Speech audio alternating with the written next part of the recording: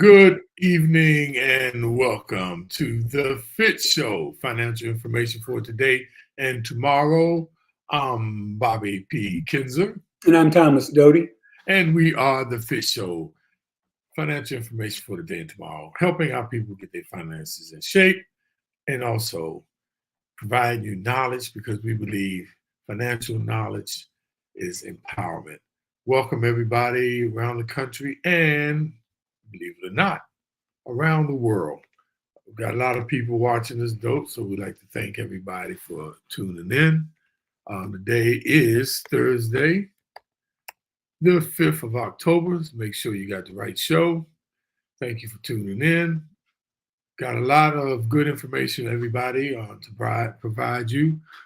We try to, inform you. By the way, we just want to remind you, we're not financial advisors. We are just plain old financial educators trying to give you information that you can use and be able to base your decisions based on the information that you got in your personal situation. That's the main thing. But we just want to give that disclaimer to make sure that we're not selling anything. We're not making any money off of this. We just want our people, like I said before, to be empowered. And that's the most important thing to us. It's lot going on out there these days, though. The stock market goes up and down. The bond market is taking a beating. Cryptocurrency is all over the place, and people got all kinds of scams nowadays. Then they talk about financial abuse and relationships. So there's so much going on. But we want to try to lighten your load by providing you with some stuff that you can actually just practical. Basic principles and strategies and methods that you can actually use and apply to your day-to-day situation. So with that, Dope, we'd like to, first of all, welcome, Dope. How you doing today? Happy to be alive, my brother. As with you, I got to ask you, what part of the country are you in today? I'm in Charlotte. Okay, you're at home. Just chilling in Charlotte. The weather's perfect this time of year. Highs in the 80s, and it's just gorgeous right now. Yeah, I like this time of the year too. In the Washington metropolitan DC area, it's just a great time. And when fall, when the leaves start changing, it's so great. But also, it's this time of the year that you should be really paying attention to your portfolio. And one of the things that help you is the stock market. So now, though the last several weeks, I gotta admit, you have not provided us any really positive stock market information. So we're hoping today that you're going to break your trend.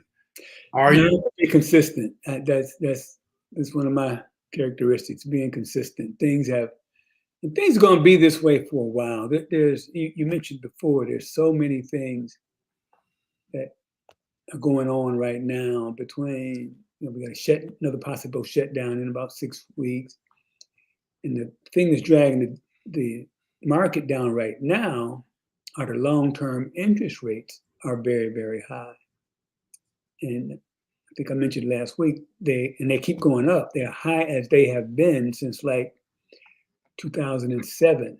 And that's creating havoc, or it's going to create havoc. It may end up killing any chance for a soft landing if they keep going up, because like anything else, when those interest rates go up, people start thinking, why should I take a risk in the stock market when I can get a healthy interest rate without taking any risk?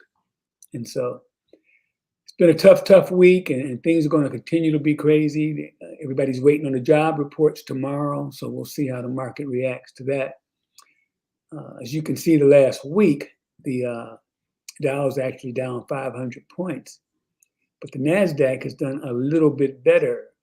It's been flat. But as far as the stocks I worry about, Microsoft bounced back up 5 and Tesla's up 14. Tesla's been up and down. They cut prices, the stock goes down, then they get higher sales, the stock goes back up. And they got a little push from the UA auto workers strike, because that only helps them. The big three automakers are already at a cost disadvantage. And so the fact that they're having a strike and are probably going to have to increase their labor costs significantly is only going to broaden the gap with their cost disadvantage with Tesla. So that's positive for them. Apple's still doing okay. There's been a lot of talk about Apple maybe having peaked out, and one of the analysts who follow Apple actually lowered their rating from buy to hold, which hasn't happened in a while. So we'll see what goes on there. Pfizer is still struggling.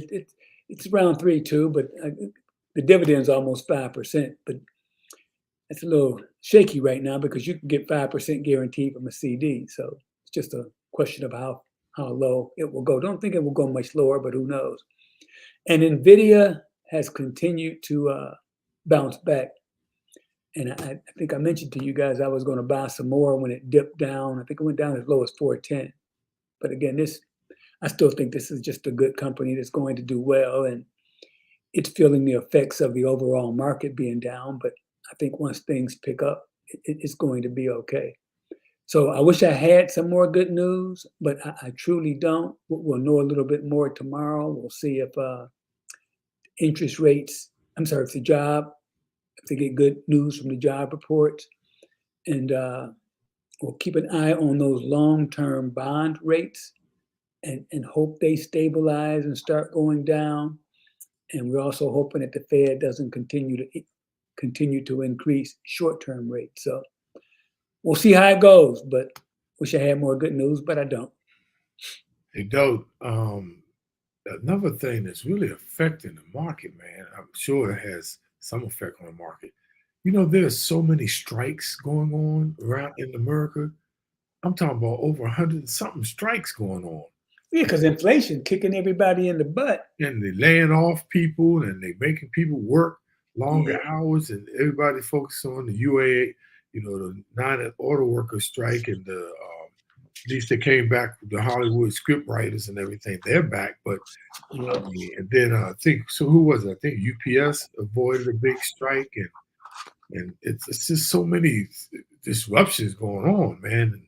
Yeah, and Bob, please don't call me a communist, but I'm firmly convinced that everything's going towards a have and a have-nots. And you look at the executive pay. I think one of the big three automakers salary is like $30 million. Right. And they try to hide behind the fact, it's performance-based. And the workers are saying, well, right. make ours performance-based too. Yeah, so, like we doing all the work, working 70 hours a week. And I'm just not sure what one person in a corporation can do that's worth $30 million. Because that's why we have so many strikes going on. And there's so much involved in running a company. And one person, I mean, the only example I can think of was what Lee Iacocca did with Chrysler back in the late 70s, early 80s. And he was the face of that company, and he rallied everybody. But that hasn't, I just don't see it. So I think until they start tempering their pay and spreading that down to some other, further down in the organization, things are going to continue to be crazy. But in business classes, they use that example of Lee Iacocca being the man that had so much, and he kept a lot of power to himself and didn't delegate some things down to his lower executives, and everything relied on him. And remember, he walked from Chrysler because he wanted to go into yachting and all this stuff.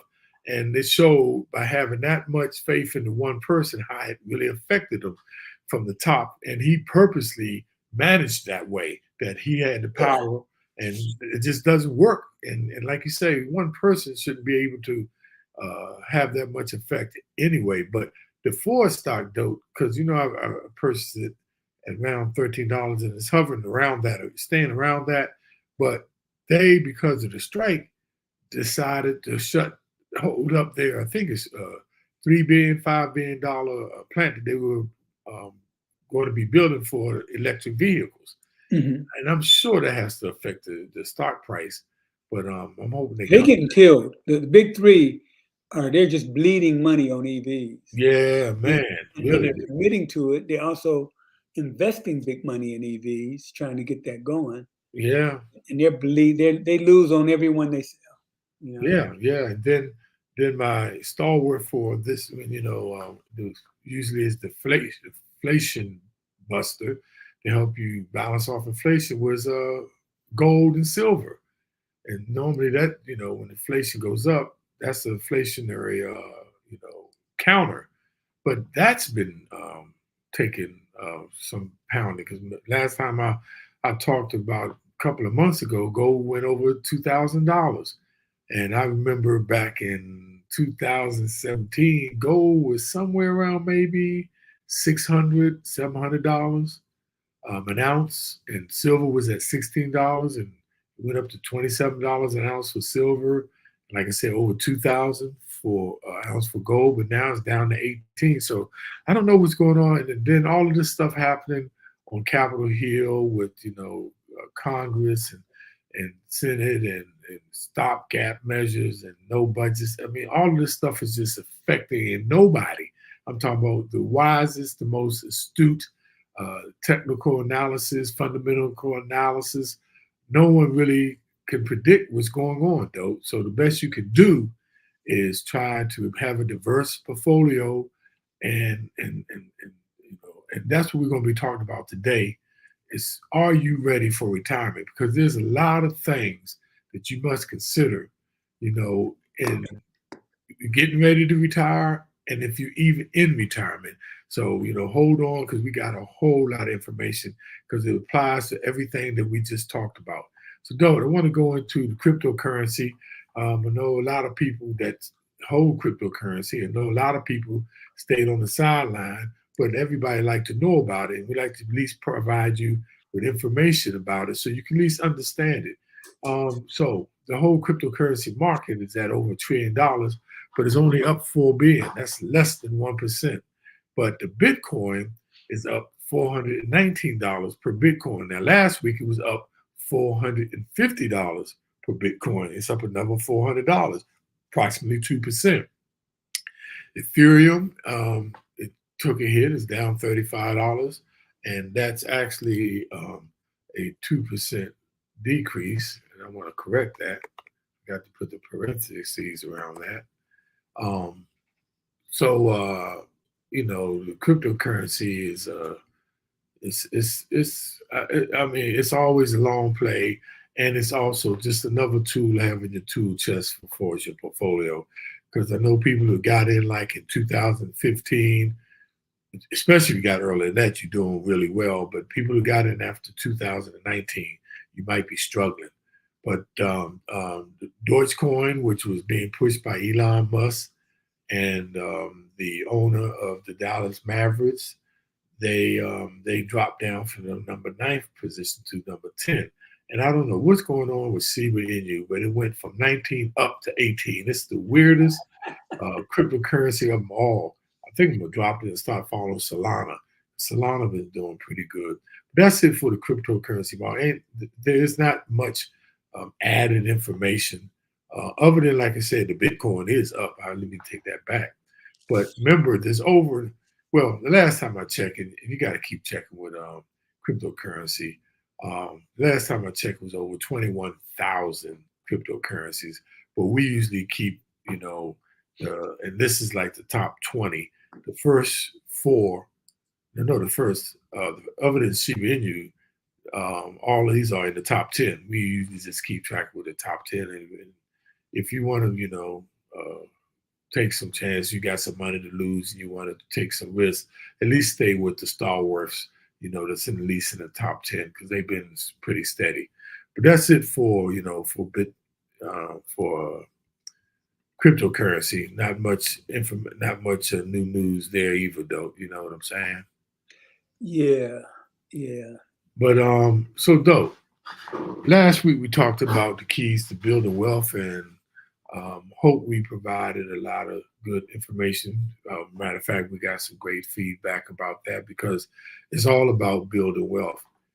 But one of the ways you build wealth is your retirement planning. And today we want to really horn into, are you ready? Are you ready for retirement? And that this does not apply to people just getting ready right at the doorstep of retiring. This applies to you young people, and it applies to people who are already in retirement because you're going to find out it's never ending. It just doesn't stop once you prepare. So, though, won't you kick us off with the Yeah, beginning of this discussion today?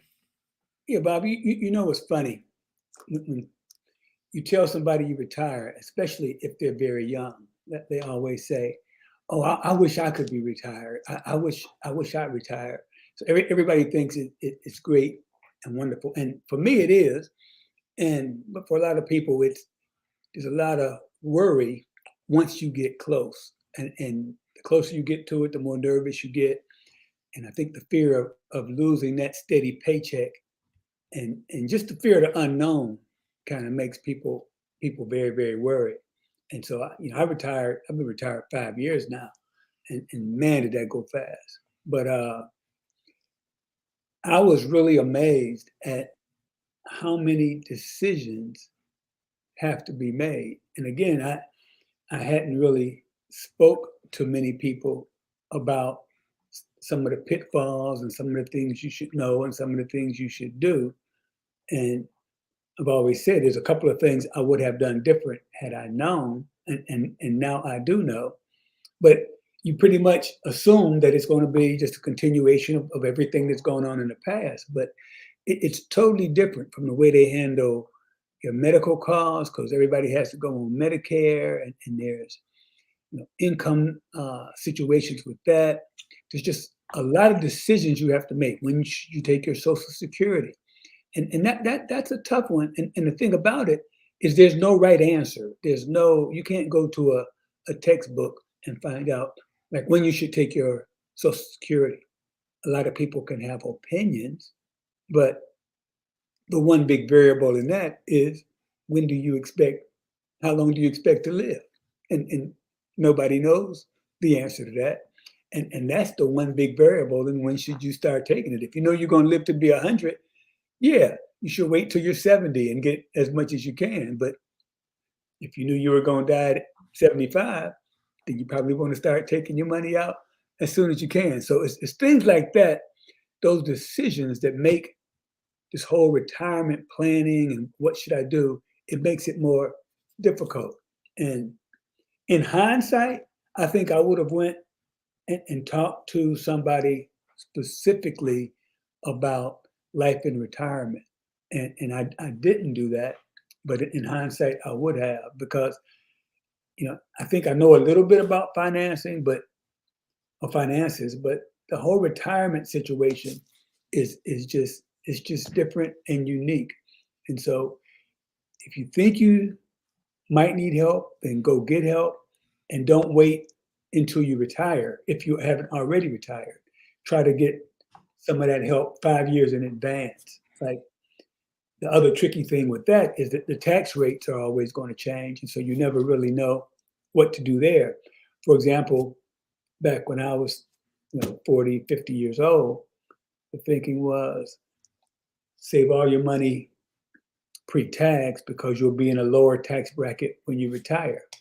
And that's because I never thought I'd accumulate how much money I accumulate. So I'm not really in a much lower tax bracket. So that's created some issues. So those are the kind of things where I wish I'd have looked 5, 10, 15 years in advance. And I really didn't do a good job doing that. But I recommend everybody do that.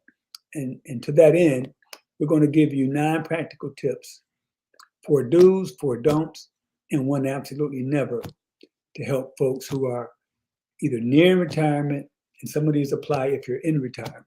So that's the show. That's tonight's talk. Well, when you start dealing with retirement, it's all about navigating fluctuating expenses, and it can be challenging. But with the right strategies, you can help secure your retirement nest egg. Now, discovering actionable tips on managing your finances effectively, including allocating your retirement savings appropriately and adjusting your plan along the way, could help you enjoy a successful retirement. Now, the basic financial objectives we prioritize during the working phase of our lives generally can be divided into three parts: generating income for day to day expenses, maintaining liquidity, which is readily accessible savings for emergencies, and growing savings and assets. Now, these same objectives still apply in retirement. When replacing income from work will become the primary goal, the other objectives, maintaining liquidity and growing assets, they don't disappear. Now, personalized asset allocation strategies that take into account individuals' various assets, unique spending needs, and risk tolerance could help address individualized retirement needs. Allocating retirement savings appropriately and making adjustments to your retirement and or spending plan. Notice what I said, your retirement and or your spending plan, meaning that budget, along the way can help you enjoy a successful retirement. So with so many critical decisions to make and lots and lots of opinions to consider, today we're going to discuss some do's, some don'ts, and one never to help those planning or those nearing or even in retirement. Yeah, and the first thing, and if you've watched our show, you get tired of us talking about budgeting and planning, but it's just so key, and it's very, very important once you get to retirement. Once you retire, you need to know how much income you'll have and how much you'll need from your investments. Okay. And you got to be careful that you don't overestimate that, and that you don't try to be in something that's too risky, because everything can blow up if you are overly risky and the market takes a turn, just as it has the last year and a half. And it's more crucial in retirement because typically you don't have the income that you normally get. You aren't getting those raises, those bonuses, or whatever the fact may be. And it's pretty tough to deal with a big loss. And so you have to sit and figure out how much money you'll need. You go through how much you'll get in a pension, if you have a pension, and whether it or not there's an inflation factor on that. You'll have to know when you're going to take your Social Security and how much you'll get from that. And even that's in doubt because they're supposed to run out of money in 2031, but we'll see what happens there. And so then you can figure out what you have, and then you can think about how much money you need to generate from your investments. Okay. And that's a tough one for people because some folks get to the point where they say, I just want my money in something safe. I don't want to take any risk. Right. And that's a tough one because if you're fortunate enough to live to be 90 or 100 and you are investing conservatively, you can end up being short of money because your money won't be keeping up with inflation. Now, hopefully inflation will go back to what it was before the last year and a half, but there's no guarantee that it will. The Fed is trying to get it down to 2%. And if it drops down to 2% and interest rates drop in proportion, and you have your money fully invested in something that conservative, you won't be increasing your purchasing power. So that's something you got to think out. You got to sit and budget how much money you'll have in guaranteed money and how much money you're expecting to have from your investments. And the other key thing with there is you want to take some risk, but you don't want to be crazy. You don't want to be taking flyers on the hot stock that may make you a lot of money and also lose you a lot of money. And the best analogy is you don't have to hit home runs. You can hit singles and doubles and you'll be fine. Yeah, I saw an analogy about that, though, with Aaron Judge for the New York Yankees, they put him up at bat first, right? So that means if he goes first, he's going to get some extra times at bat than other people.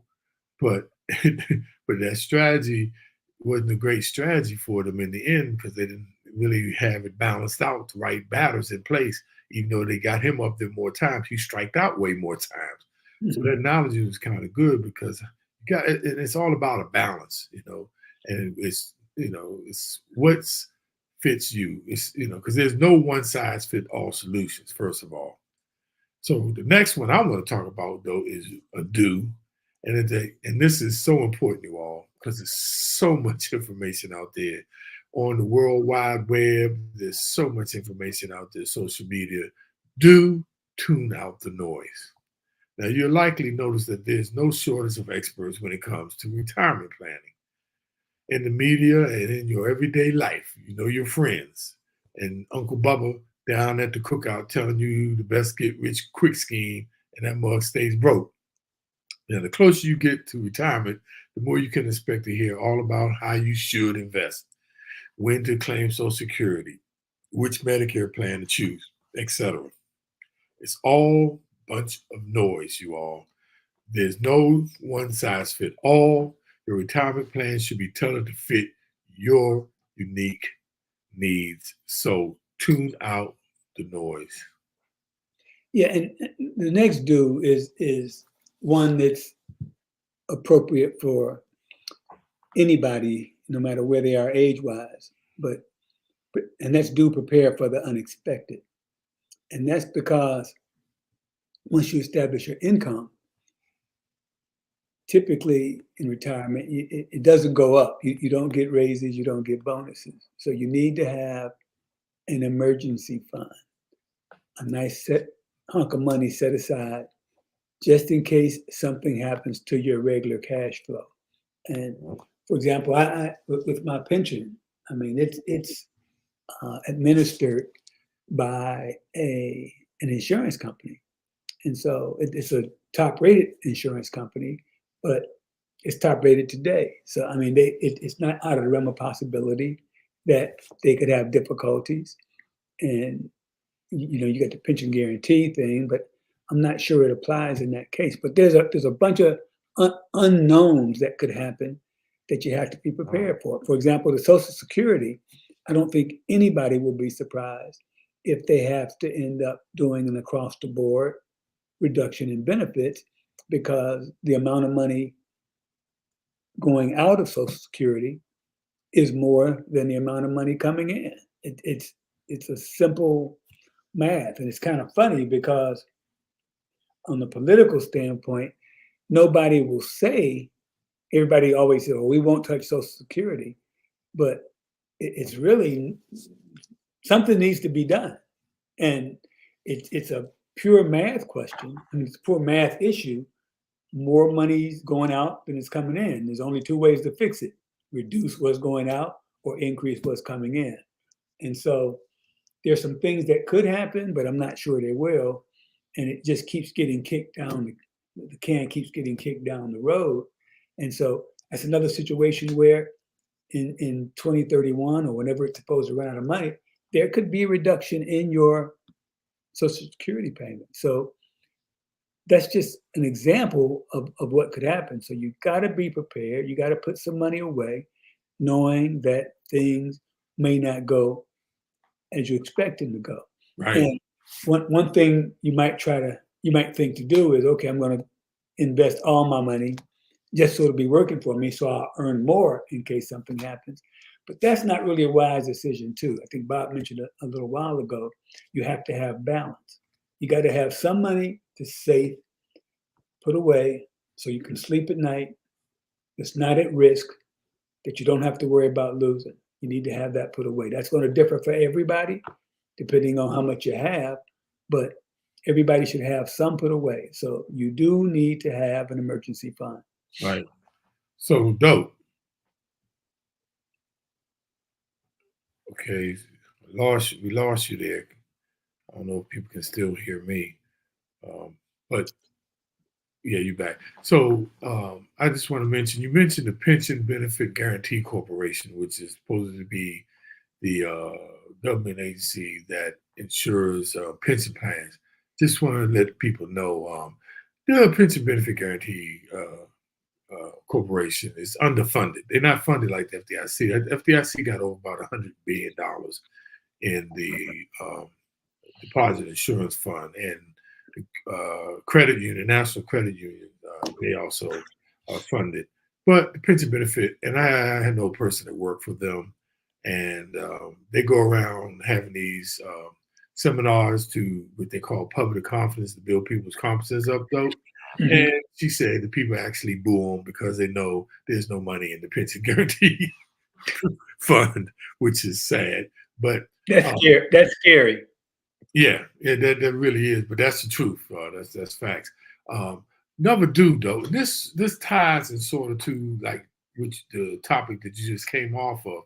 But a lot of people don't think about it. Do prepare to experience both increases and decreases. That's fluctuations in your spending levels. I know we do in the back of our mind, we know that happens, but being prepared to adjust to such variability in spending can increase your odds of success in retirement. Now, the Health and Retirement Study, the HRS, found that on average, annual household spending declines by about 2% during retirement. But check this out, though. But this decrease is not uniform for all retirees. The study, and listen to this very clearly, you all. The study showed that there is a considerable risk of experiencing large increases in spending at some point in retirement. For instance, they did this statistic over a 2-year period. One in two retirees, that's 50%, experienced a spending increase of 0 to 25%. That's pretty major. And this is ages between 65 and 90. Now, over 1 in 4%, that's 28% retiree households, experience an increase in spending of 25 to 50%. And more than 1 in 5, that's about 21%, experience increases of 50 to 100% though during retirement. Wow. Now the study found that although spending levels vary highly correlated to investable assets or household income, spending variability was not. In other words, those who have more assets may spend more, but the degree of the change in spending was not dependent on the level of assets or the income.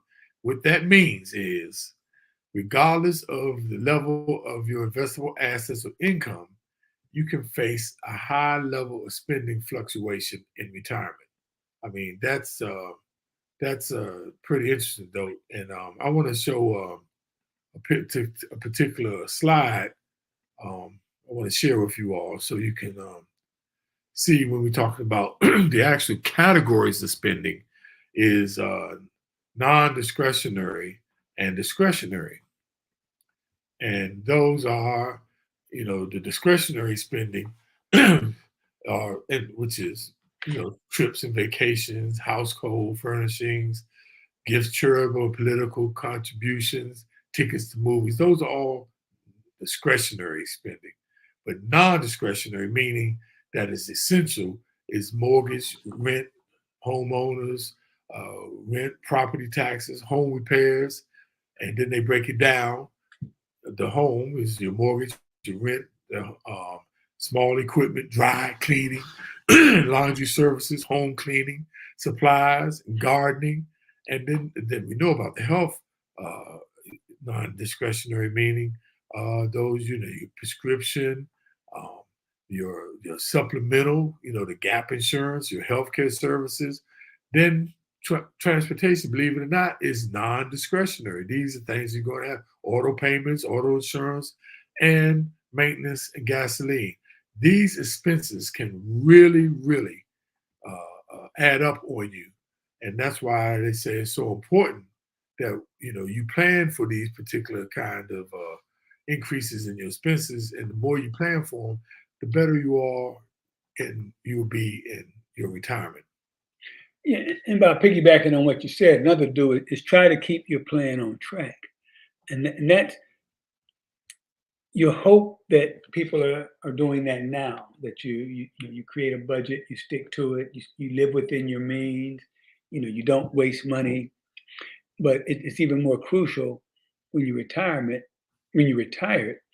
because again, you don't have nothing to draw on except what you have. It ain't like you can say, okay, I'll go get a second job, because typically you're too old to. So the best plan is one that you're gonna stick to. So try to keep your plan on track. No matter what you plan, something's gonna come up that may throw you off base a little bit. And something with the market, something with the economy, just something happens. And that's why it's really important that you have somebody that you can talk to that's watching out from you from 20,000 feet, that can keep you pointed in the right direction. I mean, tax situation can change, and you'll need to understand how that will affect you. And there's no telling what may happen. So it's real important if you want to stay up on it yourself. It takes a lot of work to do that. Or if you're going to have a financial advisor, or if you have a friend or a son or a daughter or a cousin or whoever, you need somebody looking over your situation from afar, just to help you make good decisions, to keep you abreast of what's going on, and just to keep your plan on track. So let's talk about a don't. Though, don't ignore inflation. Now, we've talked about this before, but we want to reiterate the importance of inflation's effect on retirees. And it isn't always obvious, as it has been for the past year or so. It's a silent killer that slowly eats away at your retirement savings. All that money you got sitting in the savings account that's only earning 1% or less, inflation eats away at that. It's the time value of money. $1 today is not worth $1 tomorrow. Now, though bonds are the typical safe go-to investment in retirement, because they're less risky. They have a lower risk than stocks and being in mutual funds, but they can still play a role in reducing portfolio risk. It's just that in this last market, man, even the bonds have been really taking a hit, but they usually in the past are safe go-to. But you can also, may want to consider benefits in fixed index growth, only annuities. Now, this type of annuity contract provides payments based on the performance of, tied to the stock market, like the S&P 500, which can result in better inflation fighting return. But it's also protected a lot of times against loss. Okay, and another don't is don't overlook the fees you're paying. And again, just like inflation, it's amazing how much the fees can add up to over a lifetime. And so you gotta research these things, make sure you're getting the most bang for your money, that you're paying what you should be paying, that you can't find the same thing cheaper somewhere else. You got to keep track, if you're buying mutual funds, keep track of the expense ratios, look at the expense that goes with that. You got to watch. Some advisors will try to push things that pay higher fees, puts more money in their pocket. You got to be aware of that. And that's one of the things. Even if you say, okay, I don't want to deal with this, I'm going to hire a financial advisor, that doesn't alleviate the fact that you need to still keep abreast and have some financial literacy, because you don't want to get taken advantage of. And if you don't have financial literacy, it's real easy for somebody to take advantage of you. And the more money you have, the more complex your situation can be. And so you have to have an understanding of what's going on and make sure that person you trust is trustworthy. So understand your fees, know what they are. If you're paying advisory fees, make sure you understand what you're being charged, that you're getting what you're paying for. And so don't hesitate to ask. And like anything else in life, comparison shop and make sure you're getting the most for your money. Well, another one is don't chase the sizzle. And I love that one though. I like Don't that one chase too. the sizzle. Because it can be tempting to chase the yield, basically what it's saying. But it's definitely a risk. Instead, look to invest in companies that have strong fundamentals and show consistent earnings, and some of them that even are paying dividends. Now, I know reliability can be boring, but it's the key to successful retirement income. So don't be trying to chase, the biggest yield that's out there because all that glitters is not gold. Yeah, and finally, the last don't is don't get emotional. And we talked about that last week, how fear, greed, and pride can really throw you off track of accomplishing your goals. And they're all enemies of a good retirement plan. And everybody experiences those feelings, and people get frustrated, and you get emotional, and you want to do something, but sometimes that something is not the right thing to do. So try to keep your emotions in check.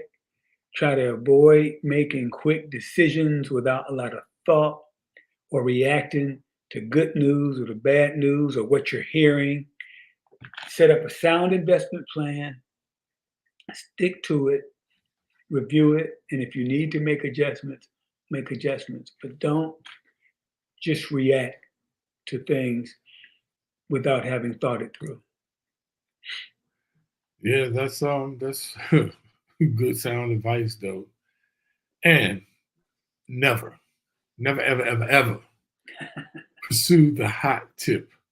The amateur investors are likely like amateur poker players, and that they tend to talk more about their wins than losses. And I know people like that too. I know people that gamble. They never tell me about their losses. They always tell me about their wins. For sure. But if something sounds too good to be true, it probably is, That is or true. it's old news. That many others already have heard about the long before you. Today, though, I got a call from a company called Vacation. What was it called? Vacation uh, Spots, where they purchase. If you got a timeshare, they'll purchase your time, and they say that they said, "Oh, we got spaces guaranteed because it's a conference and they need rooms, and you're not using your timeshare. We like to purchase those timeshare. You have to activate them by paying $399, and it's per week, and you got 6 weeks. That's all you got to pay is you know 3 weeks minimum, or if you do all 6 weeks, it's $2,400. But you'll make $6,000, and it sounded good though, But I know somebody who did that, and they never even got back to them with the guaranteed payment for this conference booking the room. So if it's too good to be true, trust me, a lot of times it's not. When You, it com- you hit on that before, Bob, and people are getting desperate with scams. It's and sophisticated and good with them. So you really got to keep abreast of what's going on. You got to make sure you're getting those alerts for your credit cards. You have to keep track of your bank accounts, and got to stay on top of it, because it's people who wake up in the morning and their total effort and energy is put towards stealing money from somebody. That's all they're about. so the economist and author Thomas Sowell once said, "When you want to help people, you tell them the truth. When you want to help yourself, you tell them what they want to hear." The truth is that planning for a long-lasting, successful retirement can be incredibly challenging, but with a combination of your own common sense and good advice, from a retirement specialist or somebody who has information like the FITT Show, it's definitely doable. Now, the hot tip you do want to follow is do your homework. We told you it takes work. Prepare for the inevitable retirement risk, and build a financial plan that allows you to feel confident about enjoying retirement. You don't have to be no smart genius to plan your finances and to plan your retirement, but you definitely don't need to be stupid. So find the information and try to get help. If you don't know, get help. And there's so many places that you can go out there and get help. And I mentioned it before, FINRA, FINRA, that's the Financial Regulatory Authority .org, believe it or not. It's a government uh, institution, but it's a not-for-profit. And you can check on mutual funds. You can check on what Doe talked about, the fees of mutual funds, the expense ratios, and you can check on financial advisors that are out there that are certified and have fiduciary responsibilities. So if you don't get the information yourself, there's places out there for you to obtain that information. And Bob, I don't want to keep belaboring the point, but there's a cost to not being financially literate. You may not know what it is. You don't get a bill for that, but you are definitely not maximizing your wealth when you aren't aware of everything that's available, or you aren't aware of what the costs are. It costs you. It will hurt your pocket. Not knowing is very expensive. And this is the thing, you all. It's not necessarily that you have to make every decision or look at and choose every option that's out there. No, but the key is at least that you know about the alternatives out there so that you can make a sound decision. And we're not saying go out there and do everything that we say in a week, although I believe we give sound information, but we're not even, suggesting that you have to do everything, but just know what's out there so that you can, you can make a good, sound decision based on the information that's available. Because I mean, nowadays, there's no excuse for you not to know. Well, the excuse is you never had to know before. No one ever taught you, and there's a whole bunch of us who weren't taught financial literacy, and some of us learned it on their own. Some of us learned it the hard way. But now there's so much information available for you, via the web, to go out and learn it for yourself. And even it's not just learning, but it's also acting on it, on the information you got. I don't know how many folks haven't taken the time to research CD rates. Make sure that where your money is being maximized. And sometimes it's just a matter of checking around. And it's so easy to do. I think you can go to bankrate.com and they'll tell you what everybody's paying in interest rates. And you pick the one that's paying the highest usually. Understand all the fees and everything involved with it, if there are fees involved. But read the fine print is what I'm saying. But maximize your money. That's it's easy for me to say, but a lot of people don't do it. So, though, I was talking to a couple last week, and telling them about the different strategies now with interest rates, because a lot of people tend to the reason why their money is at a particular bank is because it's been their favorite bank for years. Right? They've had their money in that bank for years. It's convenient. It's probably nearby their house, and they don't shop rates. But now we're in a different environment. You should be shopping rates. And because they're insured by the FDIC, as long as you keep them under $250,000. And if you got, in this particular couple, they not only had money in the bank getting less than 1%, they had money, big money in their house.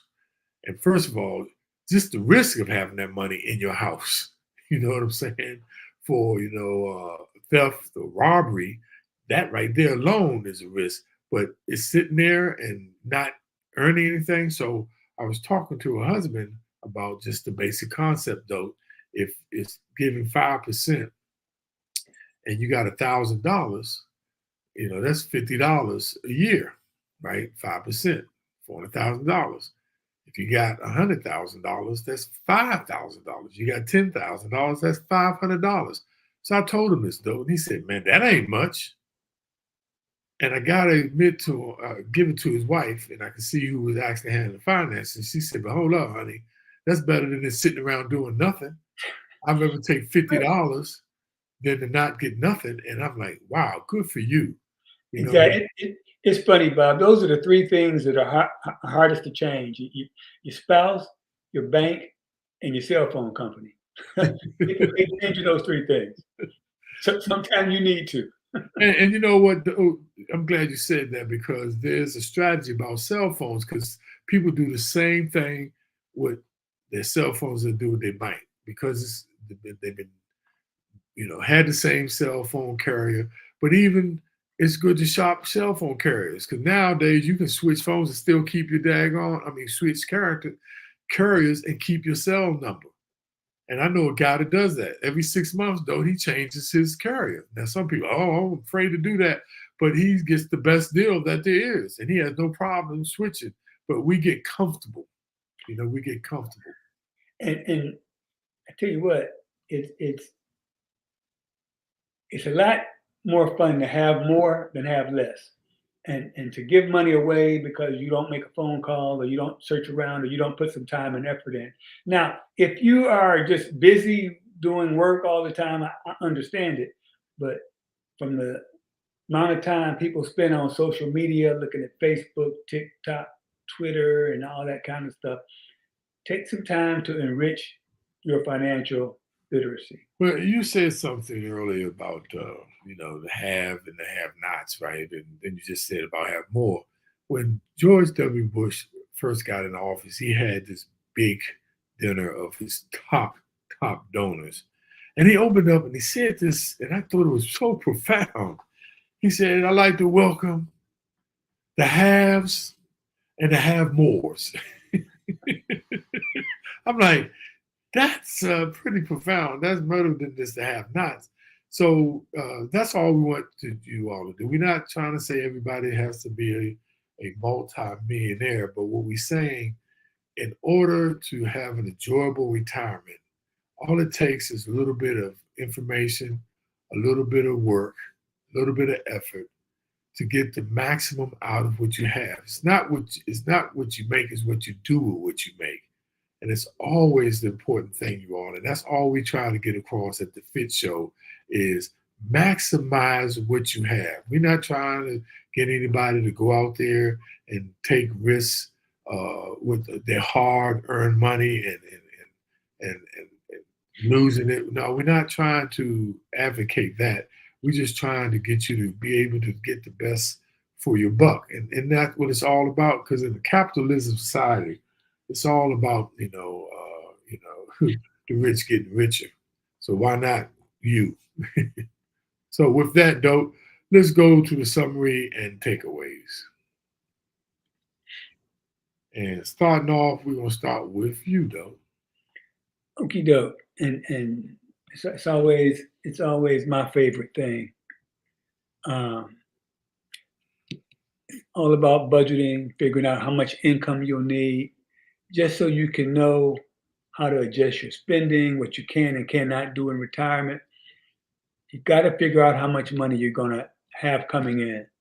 And if you're using your investment income as part of the calculation, make sure you're conservative with that number. The only constant is change. Most people don't deal with change too much. Most people do not make the adjustments. But money, when you are asleep, money is moving. Even when you are asleep, money is constantly moving up and down. So I know, I just talked about, us being happy with the bank we at, and that's good. You can still keep your bank, but get with the times. Things are changing, and the old saying, if you keep doing the same things over and over again and expecting different results, that is the definition of insanity. Yeah, and stay on top of your retirement plan. Very few people can say, I'm retired now, I don't need to keep track of what's going on. It actually, I talked about before, the more your money grows, the more complicated it gets, and things outside of your control can change. And so just because you retire doesn't mean you can stop increasing your financial literacy, or that gives you the right to not stay on top of things. If anything, you should do it more, but one, because you have more time, but two, because it's really important and things can change and can affect you negatively. So stay on top of your retirement plan. And lastly, keep your affairs in order. What do I mean by that? There's legal documents that you need to make sure that you have, and that you have, for one, and have in a safe place, such as wills and estate plans. And with estate plans, we talked about it before, you make sure you have your digital estate plans, meaning all those passcodes and accounts that you have online that are internet based. You got an online banking, all those kind of things. You need to make sure that you have those things in order and have them in a place that should you, heaven forbid, but we all will, pass away, that people will know where they are and they won't be fighting over your assets. Make sure you have the power attorneys that you need, the health directives, living wills and things like that. Make sure you have those things in order. Make sure you have all your beneficiaries up to date. I knew a couple that a guy had remarried, and he didn't even change the beneficiaries from his previous wife. And I brought it to his attention. He didn't even know. So make sure you keep your affairs in order. That is so important. And Bob, even to the fact of you may have a financial advisor, you may have a will and trust and all the other stuff, but if you got to have that power of attorney in place in case you become unable to keep track of your own affairs. And if you're lucky enough to have a son or a daughter or a friend who can be there to help you if things do go awry, then it's good to have somebody else ready. There's just so many bad things that can happen in retirement, including death, that you got to make sure your affairs are in order. That's a good one, Bob. So, so don't just be ready. Make sure you stay ready.